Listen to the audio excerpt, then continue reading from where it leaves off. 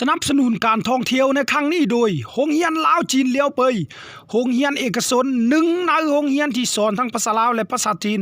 สถานที่ตั้งอยู่บ้านหนองแมงดาเมืองไซแขวงอุดมไซใครสนใจสมัครเป็นครูหรือสนใจติดต่อเรียนภาษาจีนจากทางโรงเรียนลาวจีนเลี้ยวเปยได้ที่ข้อมูลตามหน้าจอขอขอบใจมายังที่นี่เป็นอย่างสูงขอขอบใจ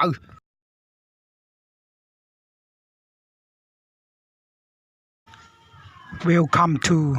ตาดเหยืองเดี๋ยวเฮาย่างลงไปเลยเนาะตามที่สอบถามเขาเจ้าว่าหนทางนี่ค่อนข้างจะสั้นหน่อยนึงว่าซั่น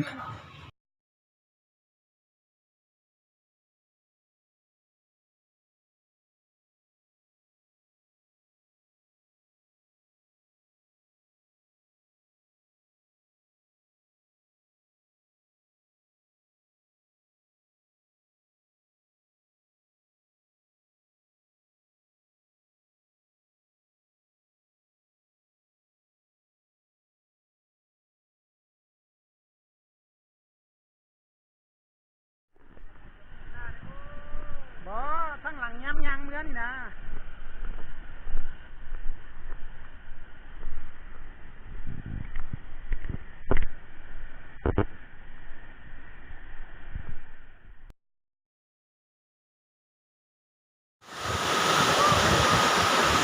360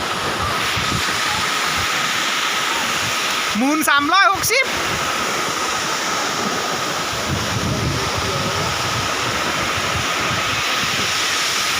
เห็นบ่มีคนนั่ง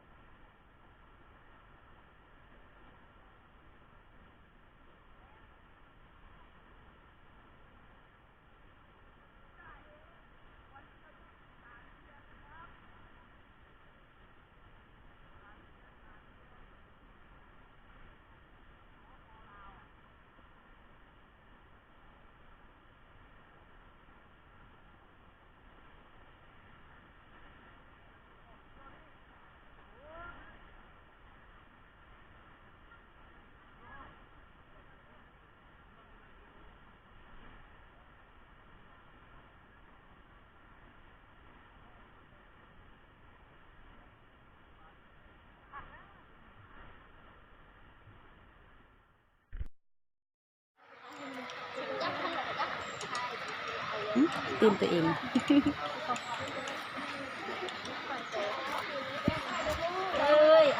ในที่จริงมันมีจุดลงไปอยู่นี่แต่ว่ามันถล่มแล้วชอบที่ไปที่มันมีจุดลงเนาะ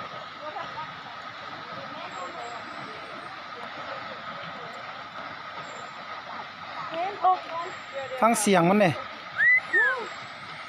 จอดอย่าใจมันคุ้มมาแล้วค่ะมันคุ้มสิเบิ้งไอ้นึก